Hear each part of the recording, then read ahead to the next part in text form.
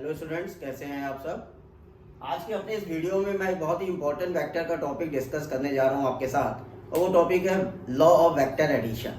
अगर हमें दो वेक्टर्स को ऐड करना है तो कैसे हम लोग उसको ऐड करेंगे, उसके क्या लॉज हैं, उसको आज मैं डिस्कस करूंगा आपके साथ। लेकिन उसको डिस्कस करने से पहले एक बहुत ही छोटा सा इंपॉर्टेंट टॉपिक और देखते हैं, that is multiplication of a vector by a scalar.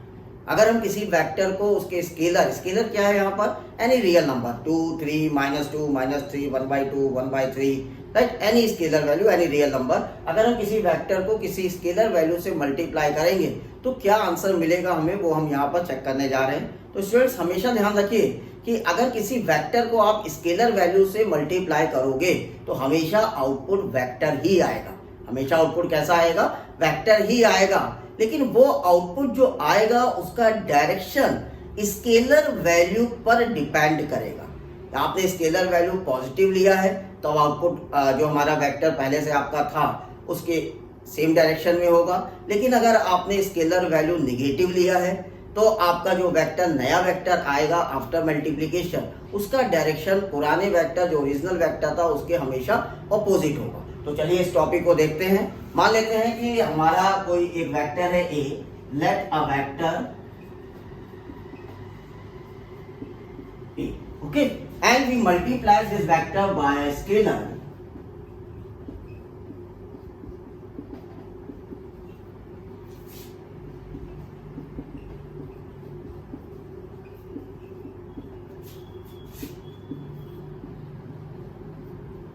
Value lambda, right. तो हमने स्केलर वैल्यू यहां पर क्या मान लिया है, लैम्डा। अब अगर हम किसी वेक्टर ए को उसकी स्केलर वैल्यू लैम्डा से मल्टीप्लाई करेंगे तो हमें क्या मिलेगा, we get a new vector lambda A, right, we get a new vector lambda A. एक हमें नया वेक्टर मिलेगा लैम्डा ए, राइट। अब अगर मान लीजिए मैं यहाँ पे डायग्राम से आपको दिखाऊं तो मैंने एक वेक्टर लिया ए, राइट, और एक लैम्डा वैल्यू लिया, that is lambda scalar value. तो हमने कोई एक वेक्टर ए लिया जिसको लैम्डा स्केलर वैल्यू से मल्टीप्लाई करेंगे आप, तो नया जो वेक्टर मिलेगा स्टूडेंट्स आपको, उसका आप नाम देंगे लैम्डा ए वेक्टर। तो नया वेक्टर हमारा क्या कहलाएगा, लैम्डा ए वेक्टर कहलाएगा।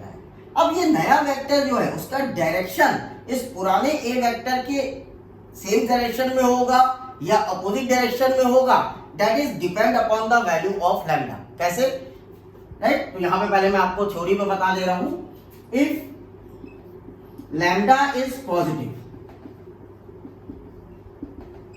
Then the direction of lambda a vector is in the direction of vector, right. तो अगर लैम्डा पॉजिटिव है तो नए वेक्टर लैम्डा ए का डायरेक्शन जो वेक्टर ए है उसी के डायरेक्शन में होगा। If lambda is negative then the direction of vector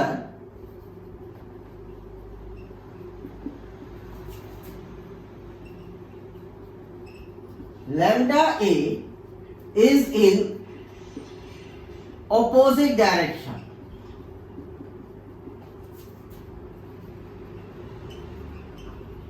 of a, right. तो ये दो पॉइंट्स हमारे पास हो गए, इसको मैं पॉइंट वाइज आपको दिखा दे रहा हूं, पॉइंट 1 पॉइंट 2। तो अगर लैम्डा पॉजिटिव आपने लिया स्टूडेंट्स तो जो वेक्टर लैम्डा ए आएगा वो ए के डायरेक्शन में होगा। लेकिन अगर आपने लैम्डा को नेगेटिव लिया है तो वेक्टर लैम्डा ए का डायरेक्शन ए से ऑपोजिट होगा। एक एग्जांपल के थ्रू इसको देख लेते हैं।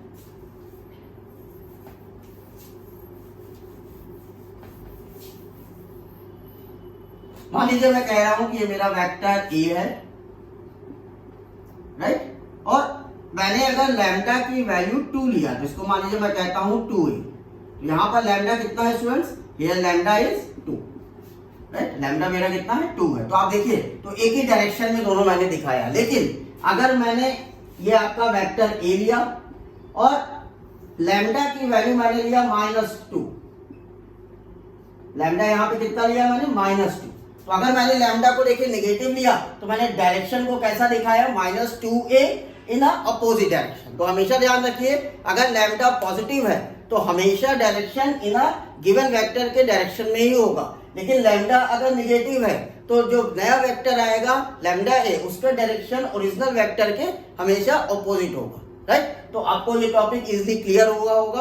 अब हम आगे बढ़ते हैं और बात करते हैं vector laws of addition. Now students, the next topic is addition और composition of vectors, means law of vector addition. इसमें मैं आपको किस तरह से दो या दो से अधिक वेक्टर्स को आप आपस में ऐड करोगे उसका तरीका यहाँ पर सिखाऊंगा, और उसको मैं आपको 3 डिफरेंट वे से आपको यहाँ पर सिखाऊंगा। तो पहला वे हम लोग ले रहे हैं triangle law of vector addition.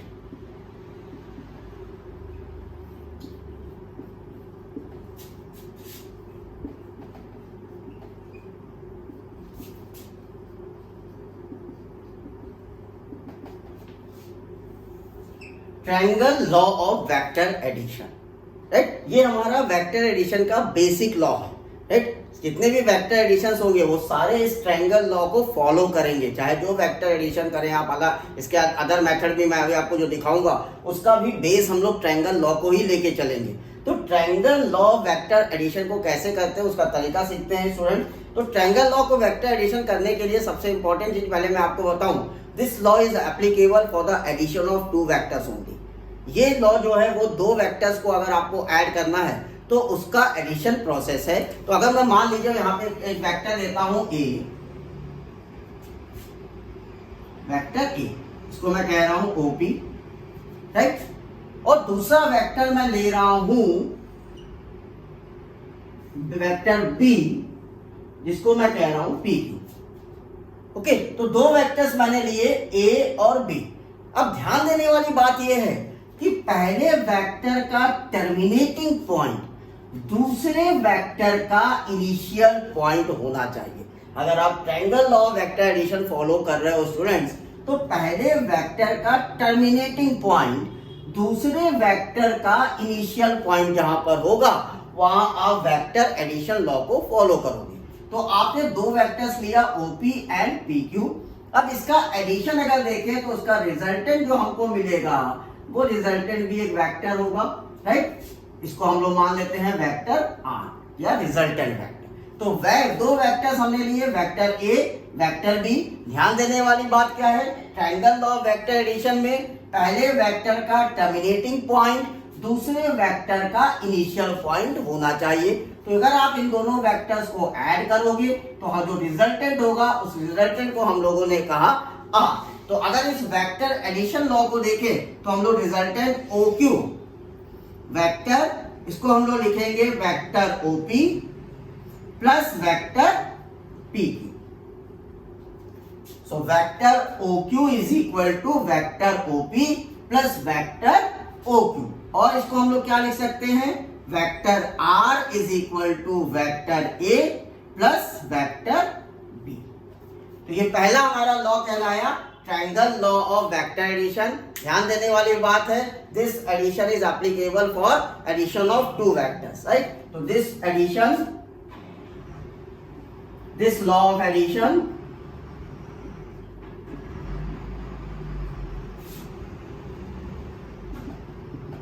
is applied for only 2 vectors। तो 2 वेक्टर्स को अगर हमें ऐड करना है तो हम वहां पर वेक्टर ट्रायंगल लॉ को अप्लाई कर सकते हैं। लेकिन ध्यान दीजिएगा पहले वेक्टर का टर्मिनेटिंग पॉइंट अगर दूसरे वेक्टर का इनिशियल पॉइंट है स्टूडेंट्स, तो वहां पर आप triangle law of vector addition को फॉलो करोगे। अब आप कह रहे हो सर अगर ऐसा नहीं है तब, यस, अगर इस तरह का कंडीशन नहीं है तो आपका सेकेंड लॉ वहां पर फॉलो करेगा, and second law is called as parallelogram law of vector addition. उसको देखते हैं। The second is parallelogram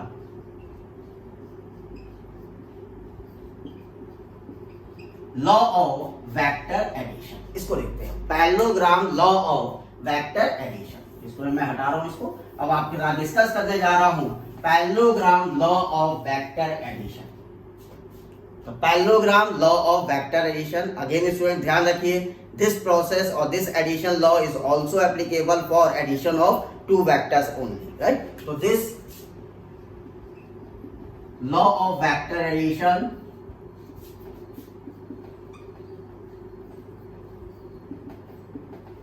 is applicable for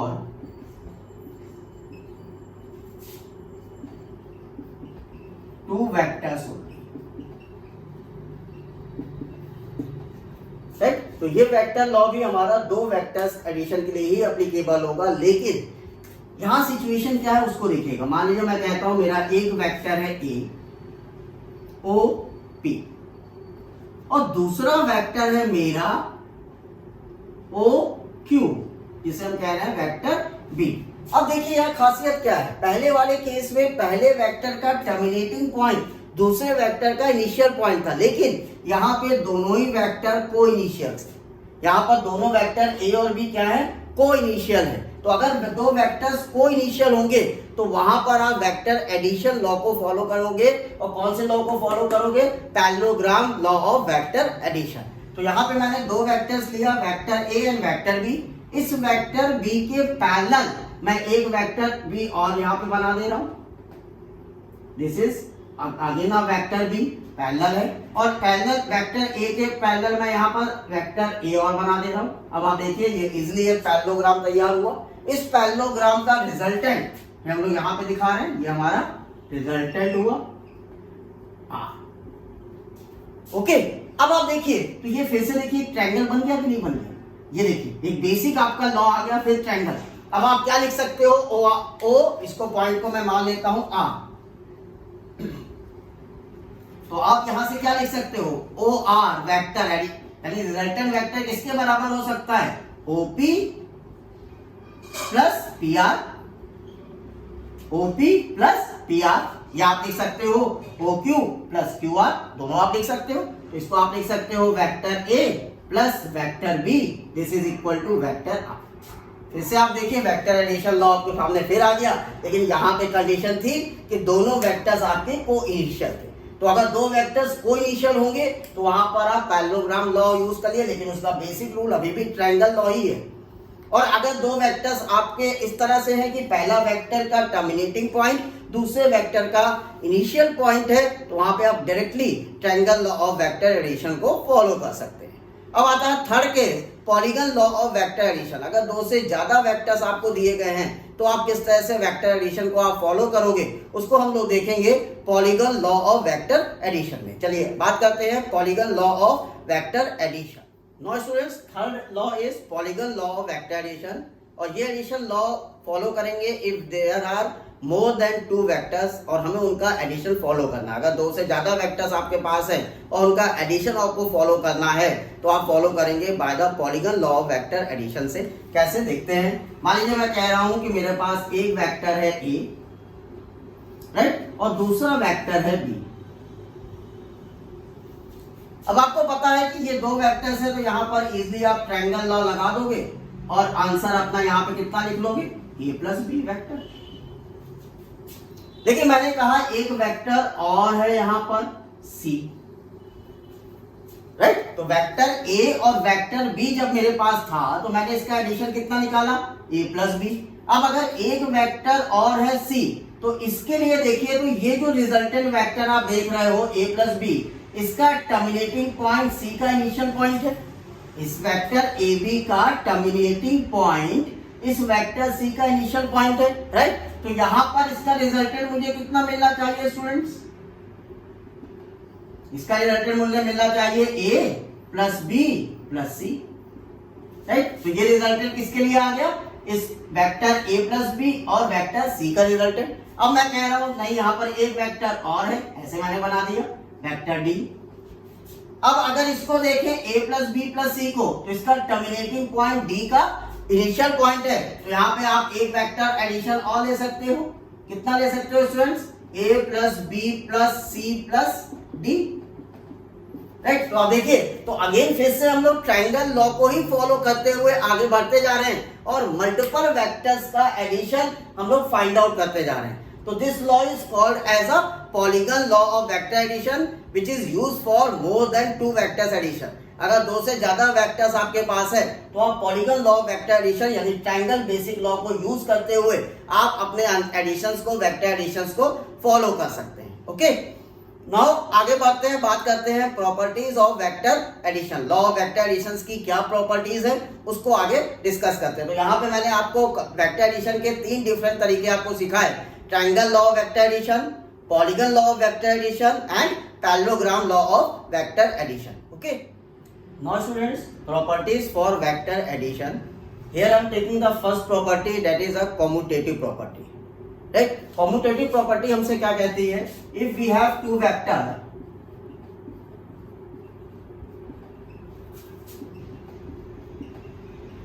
A and B, then A plus B vector is equal to B vector plus A vector. This is a commutative property, means vector A plus vector B is equal to vector B plus vector A. दोनों को आप interchange करके भी add करोगे तो आपको resultant same मिलेगा। इसका अगर प्रूफ देखें स्टूडेंट्स, तो मान लीजिए मैं कह रहा हूं कि ये मेरा वेक्टर A है OP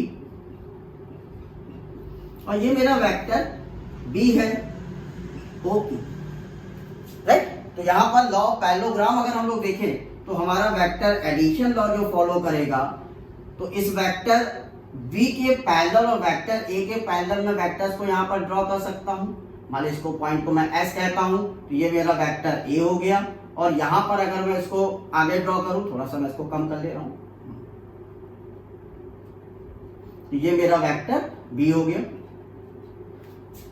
राइट। तो मैंने यहाँ पे लॉ ऑफ पैरेललोग्राम से अगर देखें तो मैं बाय द टाइम इस लॉ ऑफ पैरेललोग्राम के अकॉर्डिंग मैं क्या लिख सकता हूँ, आप ध्यान दीजिए। तो मैं OP प्लस OQ को किसके बराबर लिख सकता हूँ, OP plus OQ is equal to OS लिखा जा सकता है। OP plus OQ is equal to OS, OP plus OQ is equal to OS, that is vector A plus vector B is equal to vector OS और vector R, right. लेकिन आप ध्यान दें, but we no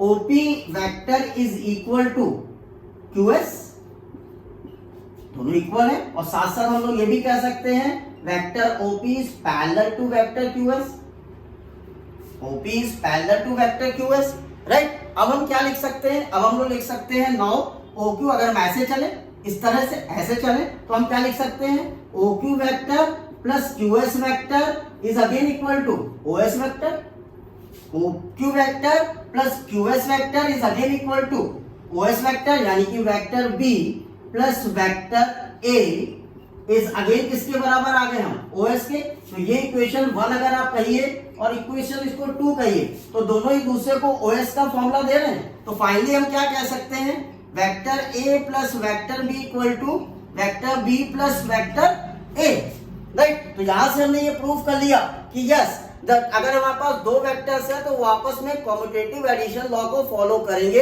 यानी कि vector A plus B को हम लिख सकते हैं vector B plus vector A। Okay, अब आते हैं सेकंड प्रॉपर्टी और बात करते हैं एसोसिएटिव प्रॉपर्टी की। Now students, second property is associative property. Associative property applicable है for the 3 vectors. So if we have 3 vectors A, B and C, अगर हमारे पास 3 वेक्टर्स हैं A, B, C, तो एसोसिएटिव प्रॉपर्टी कहता है vector A plus B plus vector C, A plus B एक bracket में है plus C is equal to vector A plus vector B plus vector C। आप इस ब्रैकेट्स को इंटरचेंज कर सकते हो, A plus B plus vector plus C equal to A plus B plus C। कैसे हो रहा है उसको देखते हैं। मान लीजिए मैं कह रहा हूं कि मेरे पास एक वेक्टर है A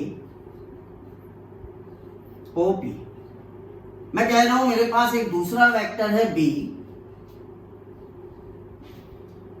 PQ, और मेरे पास एक तीसरा वेक्टर है, मैं इसको हटा रहा हूं स्टूडेंट्स, राइट, आपने नोट कर लिया होगा इसलिए मैं इसको हटा रहा हूं, थोड़ा जगह कम है। मैं यहाँ पे एक वेक्टर और ले रहा हूं, वेक्टर सी, समझिए, राइट। तो मैंने यहां पर 3 वेक्टर्स लिए, ए बी और सी, और तीनों वेक्टर्स का टर्मिनेटिंग दूसरे वेक्टर का इनिशियल पॉइंट आपको दिख रहा होगा। अब आप देखिएगा स्टूडेंट्स, अगर मैं पूरे सिचुएशन का रिजल्टेंट देखूं तो मेरा रिजल्टेंट तो ये होना चाहिए, राइट, इसको मैं एस पॉइंट मान ले रहा हूं। तो रिजल्टेंट क्या होना चाहिए, ओएस, राइट। तो अगर मैं इस रिजल्टेंट को लिखना चाहते तो क्या तरीका होगा, राइट। अगर मैं पहले एक ट्रायंगल ले लेता हूं, मैं यहां पर एक ट्रायंगल ले रहा हूं, from triangle O P Q. No students, अगर मैं यहां पर एक ट्रायंगल ले लेता हूं, triangle O P Q, triangle O P Q, तो यहां पर मेरा रिजल्टेंट ओ क्यू कितना आना चाहिए उसको चेक करूं। ओ क्यू को मैं लिख सकता हूं vector O P plus vector P Q, that means O Q को मैं कितना लिख सकता हूं, vector A plus vector B. तो ओ क्यू की वैल्यू स्टूडेंट्स कितनी हो गई, vector A plus vector B. Okay, अब अगर मैं वेक्टर ओ एस निकालूं, कौन सा ट्रायंगल ले लूं स्टूडेंट्स, अब मैं ट्रायंगल ले लूं O Q and S. Now from triangle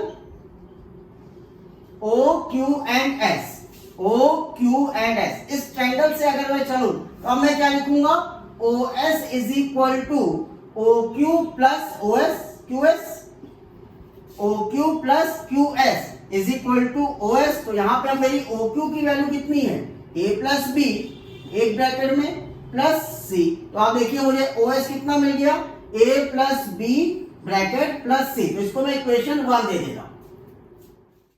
तो स्टूडेंट्स आप देख रहे हैं कि पहला हमारे इक्वेशन आ गया O S equal to A plus B in a bracket plus C.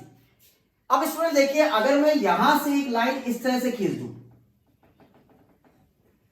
Right, तो अगर मैं वेक्टर बात करूं पी क्यू एस के लिए, from triangle P Q S, इस ट्रायंगल को लूं पी क्यू एस, तो यहां पे आप क्या लिखोगे, यहां पे आप लिखोगे पी एस, इस वेक्टर की वैल्यू किसके बराबर होगी, P Q plus Q S के बराबर होगी। इसका मतलब ये बराबर हो गया vector B plus vector C. तो पी एस किसके बराबर हो गया, vector B plus vector C के बराबर हो गया। नाउ अगर मैं ट्रायंगल ले लूं, ट्रायंगल क्या ले लूं, O P S, O P S, O P S, ये वाला ट्रायंगल लूं, तो ये वैल्यू बच्चों मेरी कितनी आ रही है, vector B plus vector C आ रही है। नाउ ट्रायंगल ओपीएस से मैं ओएस की वैल्यू को फिर से लिखना चाहता हूं, तो मैं क्या लिखूंगा, ओपी प्लस पीएस। ओपी की वैल्यू कितनी है स्टूडेंट्स, वेक्टर है, और पीएस की value vector B plus vector C.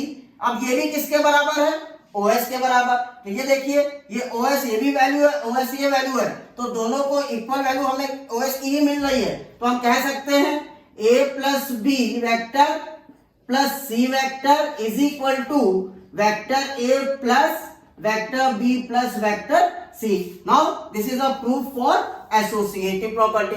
तो दो प्रॉपर्टीज हम लोगों ने यहां पर देखा, the vector addition is commutative as well as vector addition is associative. Okay, now students, अभी हम लोगों ने वेक्टर लॉ ऑफ एडिशन को सीखा और साथ साथ उनकी प्रॉपर्टीज कॉम्यूटेटिव और एसोसिएटिव प्रॉपर्टी का प्रूफ भी देखा और कैसे प्रॉपर्टीज को फाइंड आउट करते हैं उसका तरीका भी देखा। आगे मैं बढ़ रहा हूं और बात कर रहा हूं analytical method for the vector addition.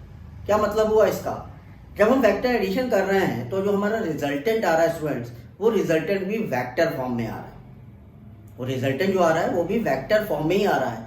लेकिन अगर हमें उस रिजल्टेंट के मैग्नीट्यूड और उस रिजल्टेंट के डायरेक्शन को पता करना होगा तो हम जो तरीका वहां पर यूज करेंगे वो तरीका कहलाएगा analytical method of vector addition. यानी analytical method of vector addition के थ्रू हम वेक्टर एडिशन का जो रिजल्टेंट हमें वेक्टर के फॉर्म में मिल रहा है उसका मैग्नीट्यूड और उसका डायरेक्शन यहाँ पर पता कर सकते हैं। स्टूडेंट, इस टॉपिक को मैं आपको दो तरीके से सिखाऊंगा, पहला तो by the triangle law of addition method और दूसरा by the parallelogram law of method addition method. तो पहले मैं यहाँ पर ले रहा हूँ analytical method of triangle law of vector. ध्यान दीजिएगा स्टूडेंट्स, मैंने कहा कि हमारे पास दो वेक्टर है, सपोज कर रहे हैं, suppose we have two vectors A and B, right. हमने दो वेक्टर्स ए और बी को सपोज किया। मैं यहां पे आपको साथ में डायग्राम भी दिखाता जा रहा हूं। मान लीजिए मैं कह रहा हूं ये मेरा वेक्टर ए है ओपी, और ये मेरा वेक्टर बी है ओ पी क्यू, राइट। तो दो वेक्टर्स मैंने यहां पर लिए ए और बी। वेक्टर ए को रिप्रेजेंट किया बाय द ओपी और वेक्टर बी को रिप्रेजेंट किया by the O Q, P Q, sorry P Q. अब अगर हम लोग रिजल्टेंट निकालें तो रिजल्टेंट स्टूडेंट्स इसका कितना हम लोग लिखेंगे वेक्टर फॉर्म में, आप सभी को आता है आपको। तो वेक्टर रिजल्टेंट आर हम लिख सकते हैं vector A plus vector B. तो हमने यहां पर स्टेटमेंट में आपको लिख के दिया है, suppose we have two vector A and B, then resultant of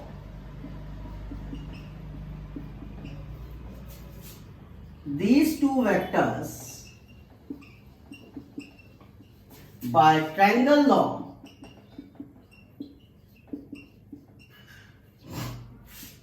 of vector addition will be R is equal to vector A plus vector B। ये लिखा जा सकता है स्टूडेंट्स, राइट। अब हम लोग क्या करेंगे, हमें देखिए रिजल्टेंट यहाँ पे जो आया है वो वेक्टर के फॉर्म में है, लेकिन मुझे मैग्नीट्यूड फाइंड आउट करना है और ये रिजल्टेंट का डायरेक्शन फाइंड आउट करना है कि ये रिजल्टेंट वेक्टर ए के साथ कितने एंगल पर बन रहा है। तो पहली बात तो हम लोग अब आप बढ़ते हैं, मैं यहाँ पर पहला केस ले रहा हूं, मैग्नीट्यूड ऑफ रिजल्टेंट आर।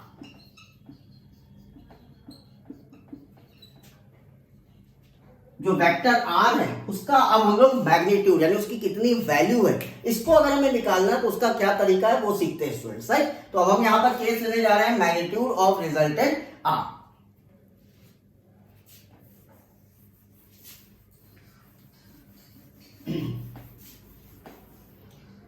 मैं फिर से लिख दे रहा हूं, मैग्नीट्यूड ऑफ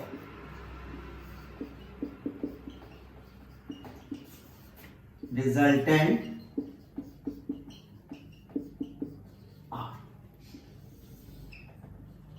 राइट। तो स्टूडेंट्स इसको करने के लिए पहले हम सपोज कर लेते हैं, suppose the magnitude of vector A is A, vector B is B and vector R is R. तो हमने यहां पे मान लिया कि वेक्टर ए का मैग्नीट्यूड कैपिटल ए है, वेक्टर बी का मैग्नीट्यूड कैपिटल बी है और वेक्टर आर का मैग्नीट्यूड कैपिटल आर होगा, राइट। अब आगे बढ़ते हैं, फिर से मैं अपना डायग्राम दिखा रहा हूं आपको। तो यह हमारा वेक्टर ओपी, जिसे हम लोगों ने नाम दिया था वेक्टर ए। यह हमारा वेक्टर पी क्यू, जिसको हम लोगों ने नाम दिया था वेक्टर बी, और इसका रिजल्टेंट जो हमने बनाया था वो रिजल्टेंट था आर। आर इसका एडिशन समाया था वेक्टर ए प्लस वेक्टर। तो स्टूडेंट्स आपने देखा हम लोग को रिजल्टेंट मिला है R is equal to A plus B by the law of triangle. Now हमें इस आर का resultant R value find out करना है। तो इसके लिए हम लोग एक परपेंडिकुलर पॉइंट क्यू से लाइन ओपी पर ड्रॉ करेंगे। हमने एक परपेंडिकुलर ड्रॉ किया Q N, perpendicular Q N draw किया किस पर, लाइन ओपी पर। और यहां पर आप देख रहे हैं ट्रायंगल तैयार हुआ है, right angle triangle P Q N, और इस ट्रायंगल को मैं मान ले रहा हूं that is at angle theta. तो हमने क्या किया students, we draw a perpendicular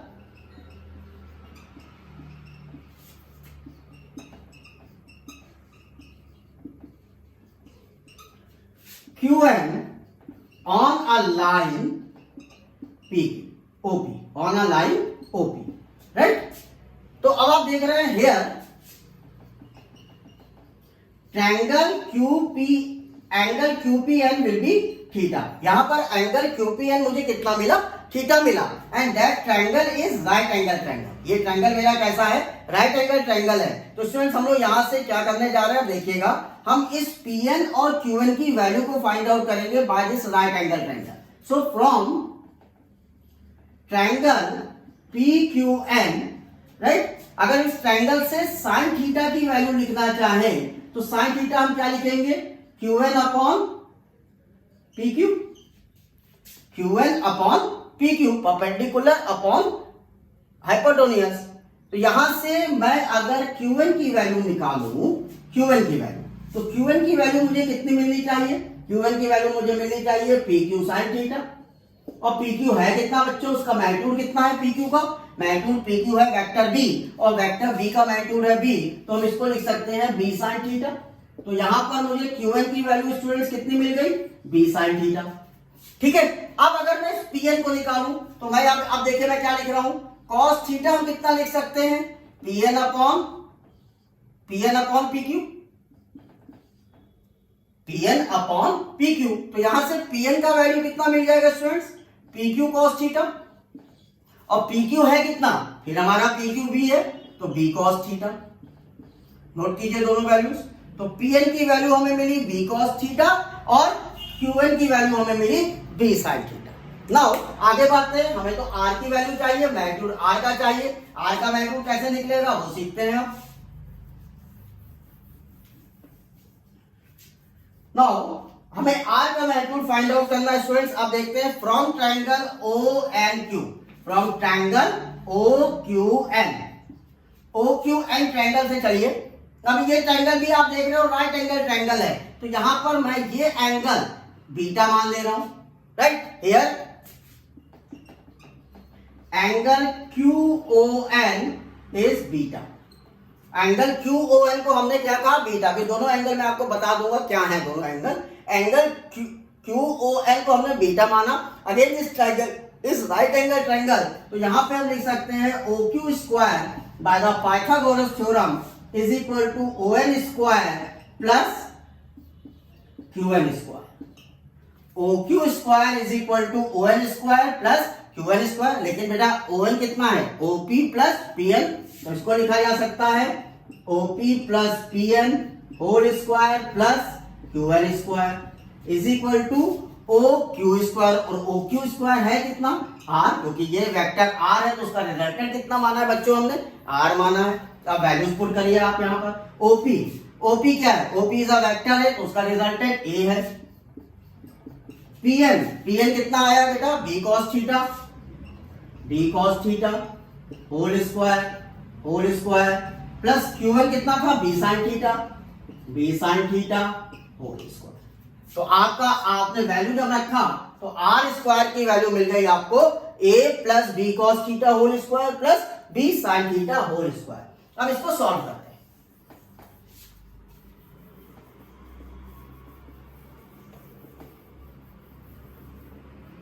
solve करते हैं इसको, राइट। तो यहां पे इसको सॉल्व करते हैं। R square is equal to, open कर दीजिए, A plus B whole square, A square plus B square cos square theta, this is B, right, plus 2AB cos theta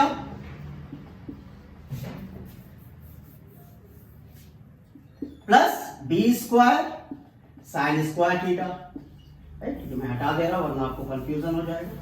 तो हम लोगों ने A प्लस बी का whole square open किया। अब देखिए ये दोनों वैल्यूज कॉमन लीजिए आप, A स्क्वायर और यहां से B स्क्वायर कॉमन है, तो ब्रैकेट में क्या मिलेगा, cos square theta plus sign square theta plus 2AB cos theta. Okay, अब cos square theta plus sign square theta mathematical tool में आपने पढ़ रखा है, इसकी वैल्यू 1 होती है। तो फाइनल वैल्यू क्या मिला, A square plus B square plus 2AB cos theta. ये किसके इक्वल हो गया स्टूडेंट्स, R स्क्वायर के। ओके, तो R की वैल्यू कितनी हुई, under root A square plus B square plus 2AB cos theta. तो देखिए स्टूडेंट रिजल्टेंट R का फॉर्मूला हमारे पास आ गया। अगर हम दो वेक्टर का एडिशन पता है, उसका वेक्टर हमें पता है और हमें रिजल्टेंट फाइंड आउट करना है, वैल्यू मैग्नीट्यूड फाइंड आउट करना है, तो हम वहां पे वैल्यू रख देंगे magnitude of vector A square plus magnitude of vector B square plus 2 times magnitude of A magnitude of B cos of theta. Right, तो यहां से हमें वेक्टर आर का मैग्नीट्यूड मिल गया। अब वेक्टर आर का डायरेक्शन भी देखते हैं, इसको नोट कर लीजिए, मैं हटा रहा हूं। वेक्टर आर का डायरेक्शन देखते हैं।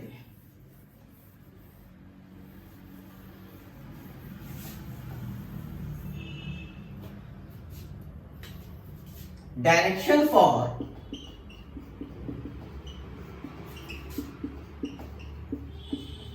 रिजल्टेंट आर, रिजल्टेंट आर का डायरेक्शन आप लोगों ने ध्यान दिया होगा, मैंने जो डायग्राम बनाया था उसमें रिजल्टेंट आर वेक्टर ए के साथ कितना एंगल बना रहा था, बीटा बना रहा था। राइट, सो हम यहां पर लिख रहे हैं resultant R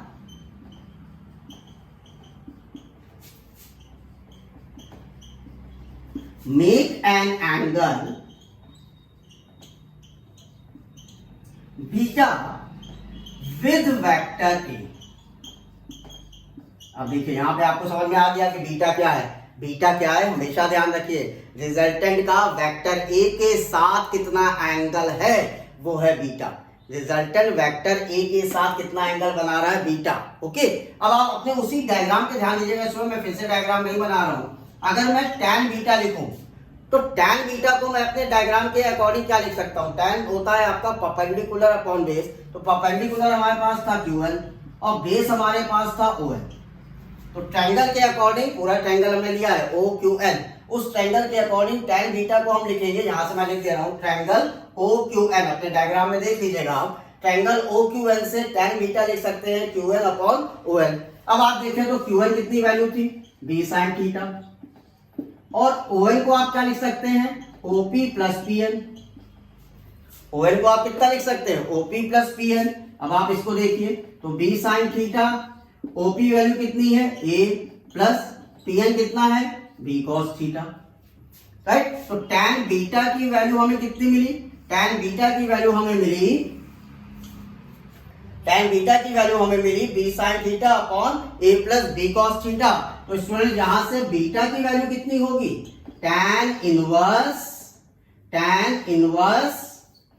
B sin theta upon A plus B cos theta. देखिए ये आ गया हमारा फॉर्मूला एंगल। अगर हमें बीटा निकालना है कि रिजल्टेंट आर ए के साथ कितने एंगल पर है, ये वेक्टर ए है और ये वेक्टर आर है, ये कितना एंगल ए के साथ बना रहा है, तो उसको निकालने का फॉर्मूला हो गया tan inverse B sin theta upon A plus B cos theta. तो यहां पे आपने देखा कि इजिली हम लोगों ने दो फॉर्मूले यूज किए जिससे हम रिजल्टेंट आर का मैग्नीट्यूड और रिजल्टेंट आर का डायरेक्शन पता करेंगे। मैं दोनों फॉर्मूले फिर से लिख दे रहा हूं और नोट पॉइंट आपको दे रहा हूं।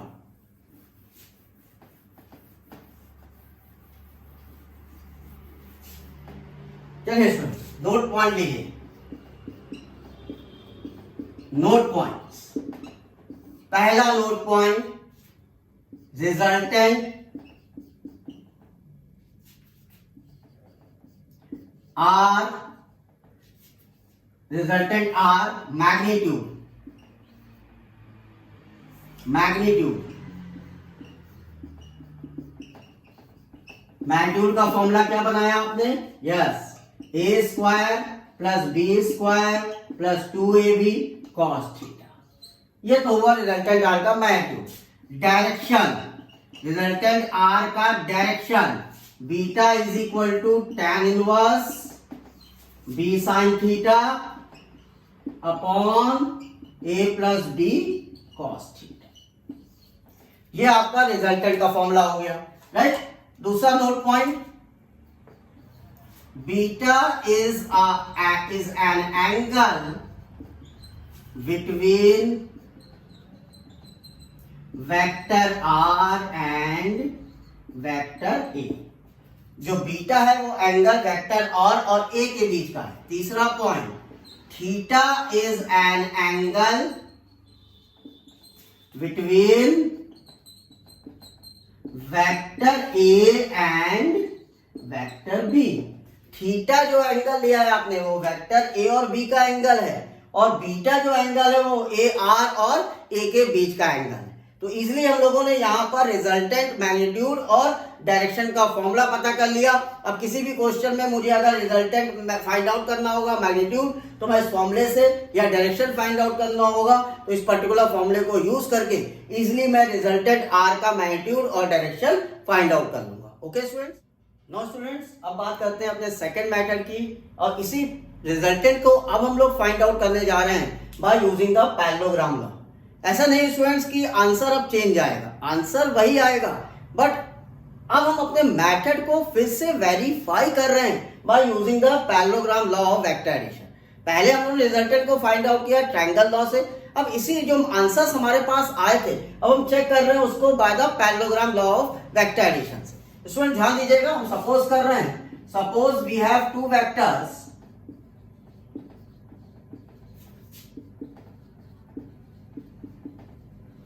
ए एंड बी, राइट। दो वेक्टर्स हम लोगों ने सपोज किया, और पैरेललोग्राम लॉ हमें यहां पर यूज करना है। तो पहला वेक्टर मैं ले रहा हूं लाइन ओपी पर वेक्टर ए, और दूसरा वेक्टर मैं ले रहा हूं लाइन ओक्यू पर वेक्टर बी, राइट। तो दो वेक्टर्स मैंने यहां पर लिए, और जैसा कि हमें पता है कि वेक्टर ए और बी के बीच का एंगल कितना लिया जाए, थीटा। तो वेक्टर ए और बी के बीच का एंगल मैंने यहां पर थीटा ले लिया। नाउ अगर मैं यहां पर रिजल्टेंट की बात करूंगा तो मुझे पैरेललोग्राम कंप्लीट करना होगा पहले। तो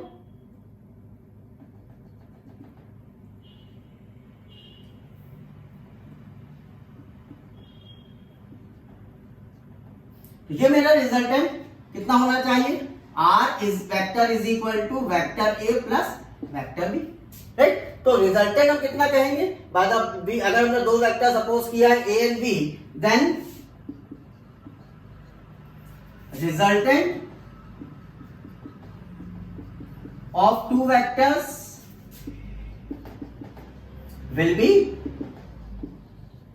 r is equal to vector a plus vector b।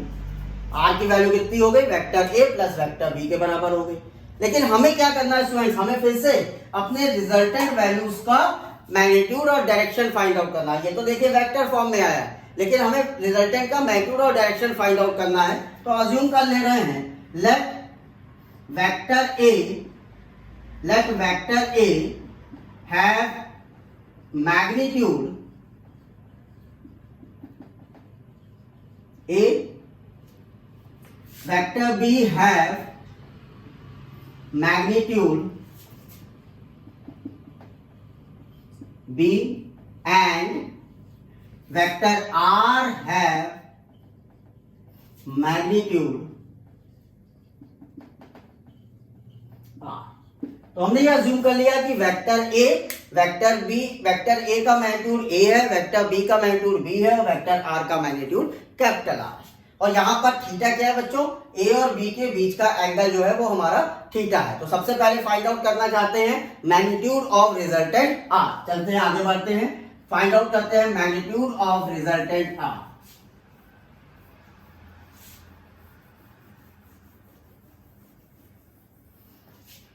पहली हेडिंग लेते हैं मैग्नीट्यूड ऑफ रिजल्टेंट आर। लेकिन अब लॉ कौन सा यूज कर रहे हैं बच्चों, yes parallelogram law.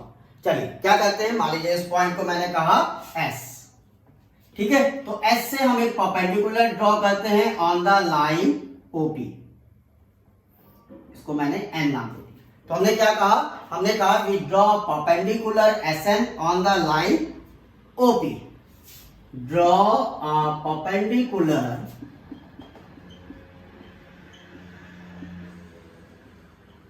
SN on the line OP, right. अगर ये पूरा एंगल थीटा है बच्चों, तो ये एंगल भी कितना होगा, थीटा होगा। Now from triangle PSN, angle SPN is what? That is theta. Angle ESPN कितना है यहाँ पर, थीटा है। अब ये देखिए आप राइट एंगल ट्रायंगल है बच्चों, अगर ये राइट एंगल ट्रायंगल है तो यहां से मैं साइन थीटा की वैल्यू निकालूंगा।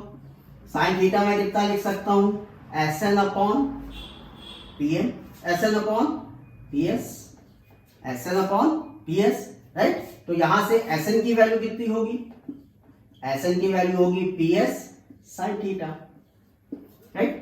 ठीक है, तो ये अगर वेक्टर बी है बच्चों तो ये भी क्या है, ये वेक्टर बी है। ये ए है तो ये भी क्या है बच्चों, वेक्टर ए है। और वेक्टर बी का मैग्नीट्यूड कितना था, बी था। तो यहां से एस एन की वैल्यू को हम लोग कितना लिख देंगे, बी साइन थीटा।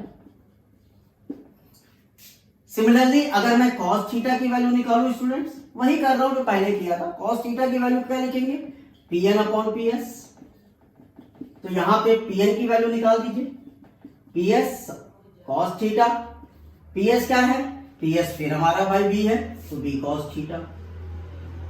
तो आप देख रहे हैं कि हम लोगों ने पी एन और पी एस की वैल्यू को फाइंड आउट कर लिया, पी एन और एस एन की वैल्यू को फाइंड आउट कर लिया। एस एन की वैल्यू आई बी साइन थीटा और पी एन की वैल्यू आई बी कॉस थीटा। अब कौन सा ट्रायंगल लिया जाए स्टूडेंट्स, ओ एस एन, ये वाला ट्रायंगल लीजिए, ये भी राइट एंगल ट्रायंगल है, O S N, right. Now from triangle O S N, मैं इस डायग्राम को हटा रहा हूं, आपने डायग्राम नोट कर लिया होगा। Now triangle OSN. Now from triangle OSN, इस ट्रायंगल से चलिए, ट्रायंगल OSN से आप देखेंगे तो OS square is equal to SN square plus ON square. ये तो लिखेंगे आप by the right angle triangle Pythagoras theorem. OS square resultant square, SN square, SN is what, SN is our, SN क्या था हमारा, SN हमारा perpendicular था, ठीक है। तो SN को हम कितना लिखेंगे, B sine theta whole square, और ON को हम कितना लिखेंगे, OP plus PN whole square, ठीक है। मैं इसको लिख ले रहा हूं, तो B sine theta whole square plus OP कितना है बेटा, A प्लस PN कितना है, B cos theta whole square, right. Open करते हैं इसको, B square sine square theta plus A square plus B square cos square theta plus 2ab cos theta. Okay, now इन दोनों टर्म्स को एक साथ करिए तो आप क्या लिखोगे इसको, A square plus B square sine square theta plus cos square theta plus 2ab cos theta by the 2, इसकी वैल्यू 1 होती है तो फाइनल आर स्क्वायर की वैल्यू मुझे कितनी मिलेगी, A square plus B square plus 2ab cos theta, right. तो यहां से आर की वैल्यू पता कर लेते हैं।